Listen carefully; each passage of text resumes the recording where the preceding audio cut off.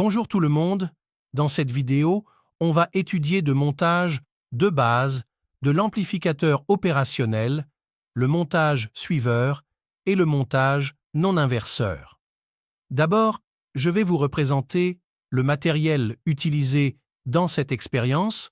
On a un générateur de basse fréquence, un oscilloscope numérique, une alimentation plus 15 volts, moins 15 volts, une plaque essai avec un amplificateur opérationnel et les fils de connexion.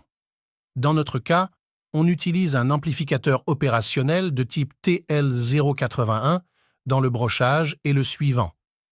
Alors on va commencer par le montage amplificateur suiveur qui nous donne une tension Vs, également la tension d'entrée VE.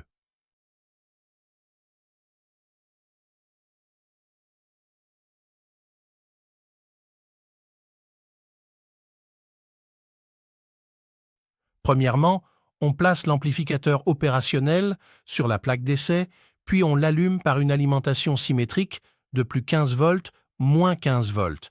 Donc on branche plus 15 volts du l'alimentation avec la borne plus VCC et moins 15 volts avec la borne moins VCC et la masse de l'alimentation avec la masse du GBF.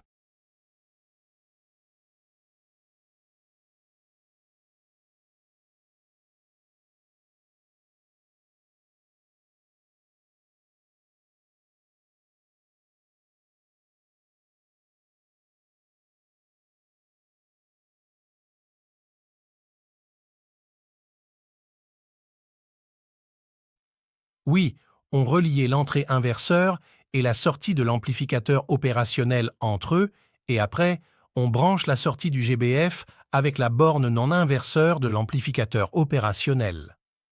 Maintenant, on va brancher le GBF avec le voie 1 de l'oscilloscope pour visualiser la tension VE.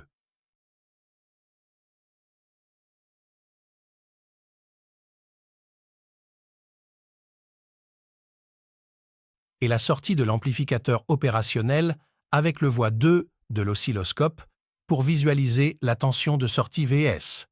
Et comme vous voyez sur l'écran de l'oscilloscope, on trouve que la tension de sortie Vs d'oscilloscope égale à la tension d'entrée VE.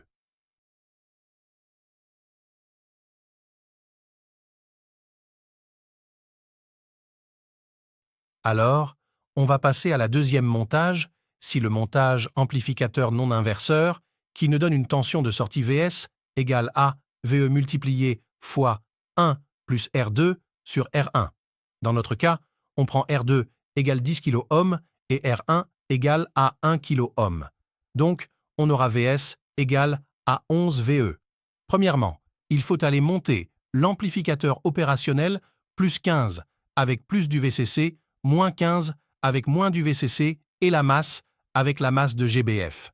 Et après, on va brancher la masse de GBF avec l'entrée de la résistance R1 et la sortie de la résistance R1 avec l'entrée inverseur de l'amplificateur opérationnel, pour l'entrée inverseur de l'amplificateur avec l'entrée de la résistance R2 et la sortie de la résistance avec la sortie de l'amplificateur opérationnel.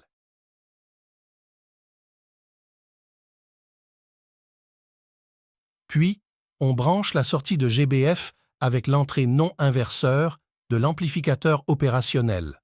Maintenant, on va brancher le GBF avec le voie 1 de l'oscilloscope pour visualiser la tension VE et la sortie de l'amplificateur opérationnel avec le voie 2 de l'oscilloscope pour visualiser la tension de sortie Vs, et on trouve le oscillogramme suivant. La courbe en bleu représente la tension Vs, donc on peut déduire que Vs égale à 11 VE. Merci pour votre attention.